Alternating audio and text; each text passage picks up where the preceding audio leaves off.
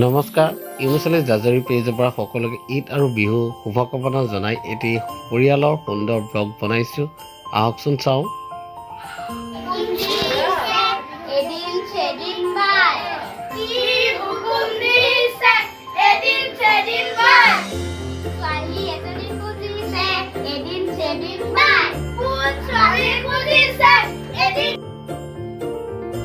নমস্কাৰ।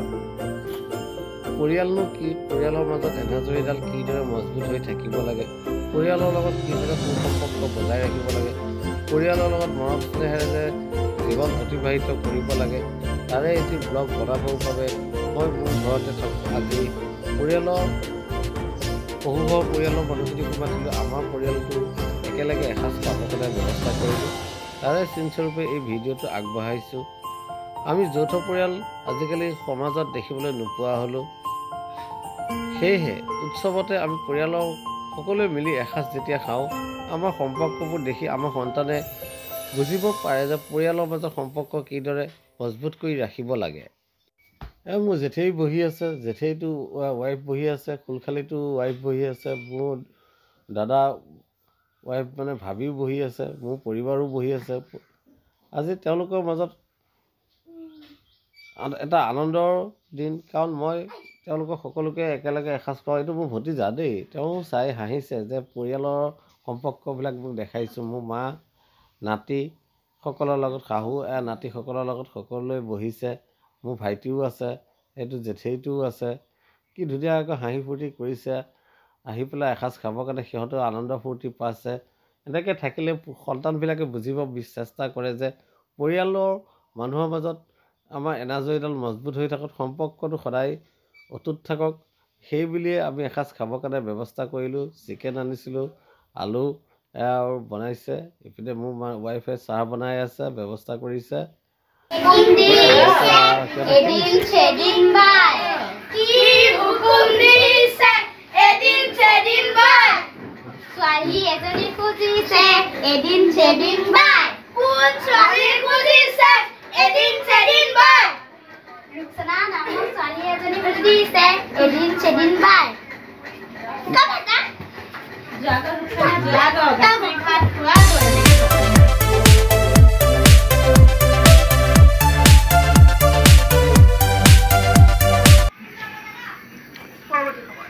যৌথ পৰিয়ালত বয়োজ্যেষ্ঠসকলৰ উপস্থিতিয়ে ল'ৰা ছোৱালী ভাল কৰাত, লালন পালন কৰাত বহুত সহায় কৰে। সৰুৰে পৰা আমি বহু কথা আইতাহঁতৰ পৰা, দাদীহঁতৰ পৰা, দাদাজী ককাহঁতৰ পৰা শিকিছিলোঁ। তেওঁলোকৰ লগত আমি ফুৰিছিলোঁ, সাধু কথা শিকিছিলোঁ। আজিকালি ল'ৰা ছোৱালীয়ে সীমিত পৰিয়াল, সৰু পৰিয়াল হোৱাৰ কাৰণে তেওঁলোকে সেইবোৰৰ পৰা আঁতৰি থকাৰ বাবে নীতি শিক্ষাৰ পৰাও দূৰত থাকিবলগীয়া হৈছে। সেয়েহে মই সময়ে সময়ে যেতিয়া গাঁৱত আহোঁ, পৰিয়ালক লগত লৈ এসাঁজ একেলগে মিলি খাব চেষ্টা কৰোঁ আৰু তেওঁলোকক মিলা প্ৰীতিৰে থাকিবৰ কাৰণে ব্যৱস্থা কৰি দিওঁ। ইয়াৰ মাজতে আমাৰ এয়া মাংস আনিছিল, চিকেন, আৰু লগতে শাকৰ চব্জি কাটি থকা আপোনালোকে দেখিছে। লাও আকৌ ভাজি কৰিব, তেওঁলোকে বনাবৰ কাৰণে চেষ্টা চলাই আছে।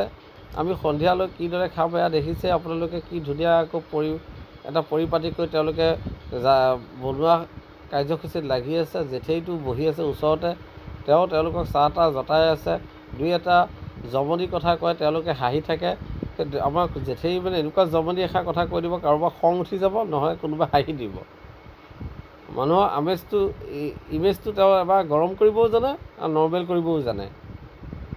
পূৰা আমাৰ পৰিয়ালৰ সকলোৱে মিলি এসাঁজ খাবৰ কাৰণে পূৰা লাগি আছে। লাও আগ কাটি আছে, আপোনালোকে চকু দেখিছে নিশ্চয়। চাই লওকচোন কি সুন্দৰ পৰিৱেশ।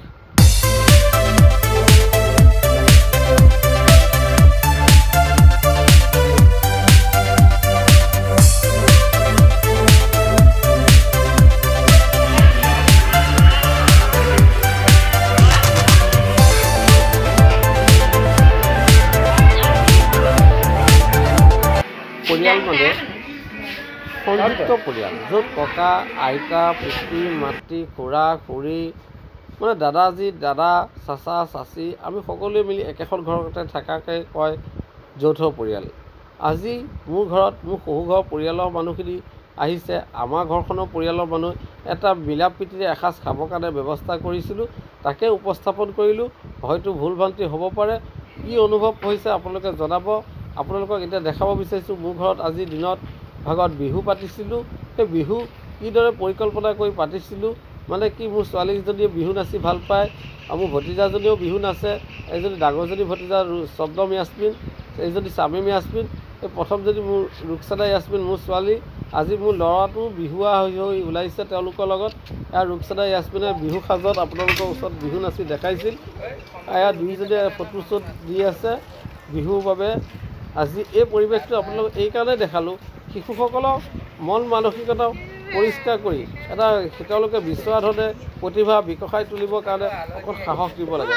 তেওঁলোক আগুৱাই যাবৰ কাৰণে সফল হ'বৰ বাবে উৎসাহ প্ৰেৰণা দিবৰ বাবে আমি চেষ্টা চলাব লাগে। আহক আমি আমাৰ সন্তানসকলক আগুৱাই যোৱাত সদায় উৎসাহ আৰু প্ৰেৰণা যোগাই তোলোঁ।